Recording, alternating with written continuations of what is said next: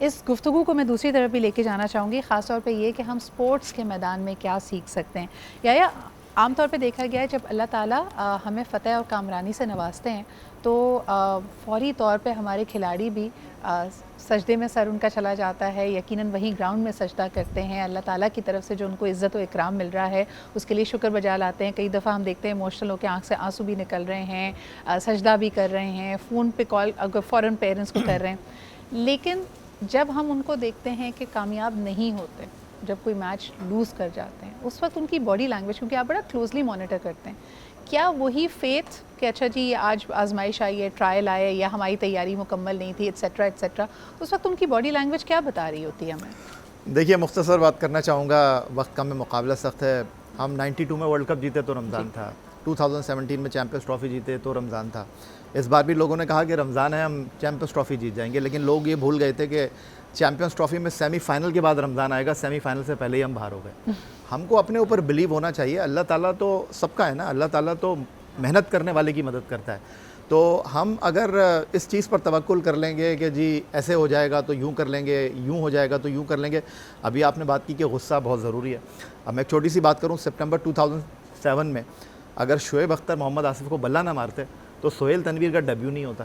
तो ये चीज़ें भी हैं, किसी के गुस्से से किसी का काम बन जाता है। 2009 में अगर यासिर अराफात अनफिट ना होते तो अब्दुल रज़ाक टीम में ना आते, पाकिस्तान जीतता नहीं।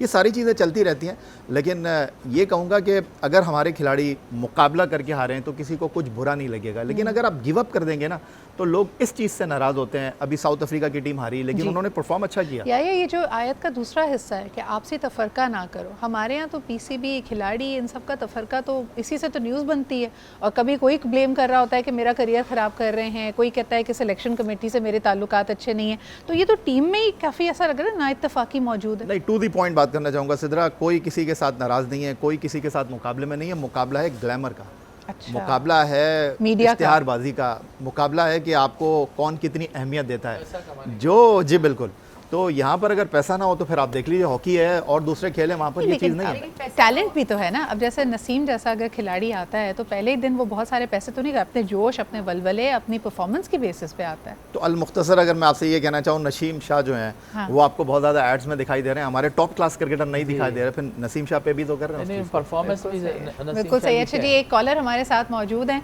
आइए उनकी बात भी सुन लेते हैं। हेलो, अस्सलाम वालेकुम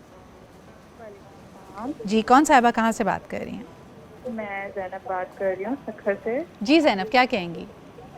मैं ये कहना चाहूँगी कि आपकी ट्रांसमिशन बहुत अच्छी है और इसी तरह से हमेशा होनी चाहिए। बहुत शुक्रिया ज़ैनब, आपके टेलीविज़न की आवाज़ मुझे आ रही है। और ये मुझे याद है जब मैंने अपने करियर का आगाज़ किया था और उस वक्त हम टेलीफोन कॉल्स लेते थे तो लोग अपनी भी आवाज़ सुनना चाहते थे तो टीवी का वॉल्यूम हमेशा हाई होता था। आपने बड़े पुराने वक्तों की याद मुझे दिला दी है, but thank you so much.